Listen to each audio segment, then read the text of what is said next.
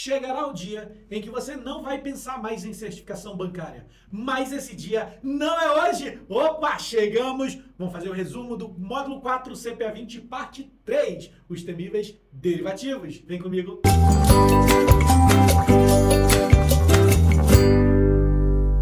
Chegou na parte de derivativos, tem o lobo mau aqui do lado. Eu preciso cantar, né? Eu sou o lobo mau, lobo mau, lobo mau.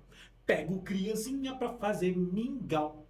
Hoje estou contente, vai haver festança. Tem muito petisco para encher a minha pança. Lobo mau, nós não temos medo de você. Pelo contrário, eu sei que você não dorme à noite, não apaga a luz com medo de a gente aparecer lá. Você põe medo no lobo mau, você põe medo no bicho-papão e a gente não tem medo de derivativos. Na verdade, derivativos é uma suculência, é tão delicioso e a gente vai resumir isso agora. Derivativos são contratos que derivaram de um ativo objeto, daí o nome derivativo, né? Um contrato que derivou de um ativo, pode aparecer também como ativo adjacente. Mas vamos falar desses contratos, vamos entender como eles funcionam, começando ali pelo mercado a termo. Mercado a termo é mais ou menos assim. Eu compro agora, eu levo para casa, eu vou ter o ônus e o bônus disso e depois eu pago pelo preço que a gente acertou lá atrás, tá bom? É isso o mercado a termo, ó. Comprei o ativo, levei para casa, já acertei o preço hoje, já tenho o ônus e o bônus disso, pronto, pronto. As duas partes têm obrigação, uma obrigação de comprar e uma obrigação de vender, uma obrigação de pagar por aquilo que levou para casa e a outra de receber e o dinheiro pelo que vendeu. Isso é mercado a termo, tá? Então, como é que funciona? Mercado a termo, a negociação é tanto na bolsa de valores quanto no balcão organizado. As operações com mercado a termo serão operações de caixa ou de financiamento. E como é que funcionam os contratos no mercado a termo? São contratos não padronizados e eles têm o prazo de 16 a 999 dias corridos. Beleza? Além disso, o contrato a termo ele permite a liquidação antecipada somente pelo comprador. Aquele que adquiriu o contrato de derivativo mercado a termo pode optar livremente ir lá e antecipar e pagar de forma antecipada, tá? Outro detalhe é que no mercado a termo existe a possibilidade de fazer compensação de perdas. E mais uma vez, derivativo é renda variável. Renda variável, tributação. Então, no mercado a termo é conforme a renda variável, ou é 15% ou é 20%. Simples assim, pronto, já trouxemos aí as principais características. A gente não tem medo disso não. Vamos seguir? Vamos falar de mercado futuro. Como é que funciona esse derivativo? É como se fosse uma aposta padronizada na bolsa sobre o futuro. O que vai acontecer? Será que vai subir ou será que vai cair? Quem aposta na alta nós chamamos de comprado e quem aposta na queda nós chamamos de vendido.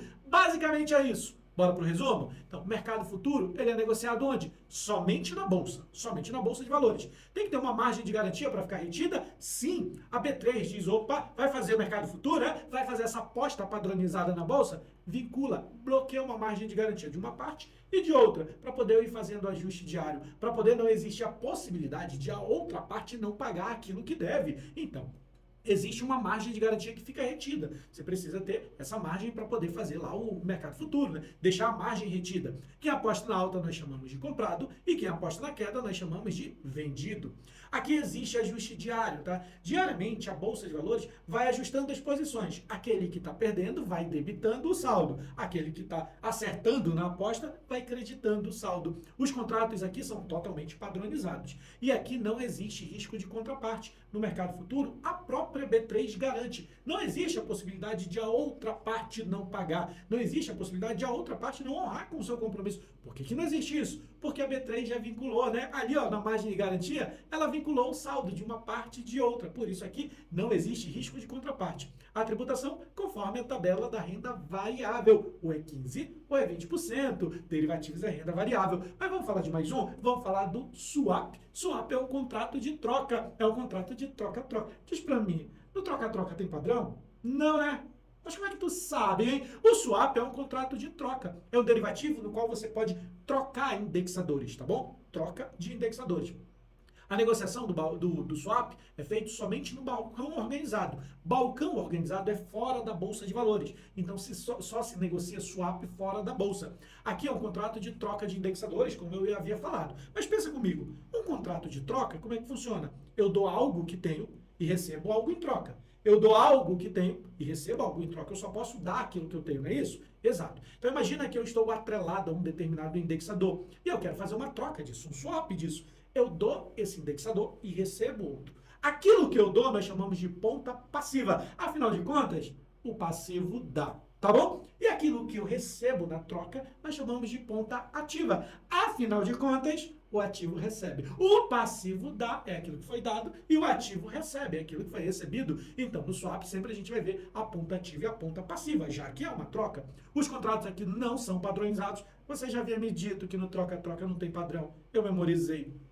E a tributação é conforme a tabela regressiva da renda fixa. Então, peraí.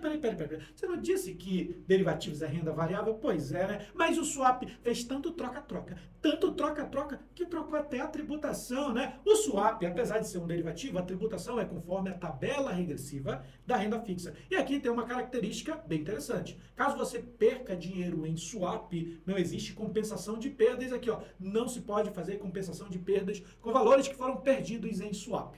Vamos falar do lobo mau, vamos falar do bicho-papão, o contrato de opções. Opções, a gente não tem medo de você. Opções é quando você adquire um direito. A pessoa que adquire o direito, nós vamos chamar de titular, ou ainda de comprador. E a pessoa que abriu mão do seu direito, nós chamamos de lançador ou vendedor. Vamos entender como funciona? Primeiro, a negociação de opções é na bolsa ou no balcão organizado, tanto um quanto o outro. Aqui existe o contrato de opção de compra, que se chama call. Então, a opção de compra é a call. Temos também o contrato de opção de venda, que se chama put. Opção de compra, call. Opção de venda, put.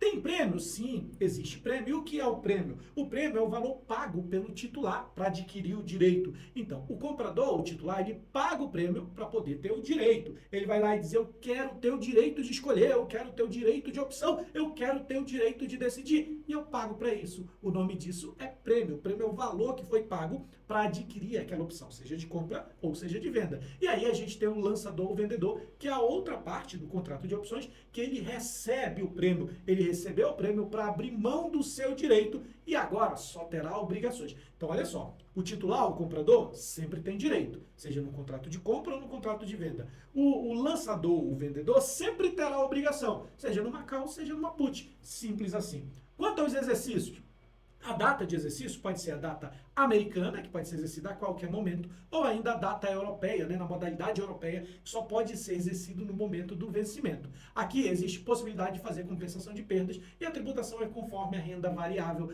derivativos, renda variável. Só o troca-troca que resolveu mudar, né? Mas aqui a gente também fala do seguinte, do gráfico com opções. E existe aquele método infalível made in Gama de Ensino que você não tem como errar um gráfico de opções. Eu trouxe ali todas as possibilidades de gráfico. Ó. Titular de uma call, titular de uma put, vendedor de uma call, vendedor de uma put e as curvas que cada um dos gráficos faz.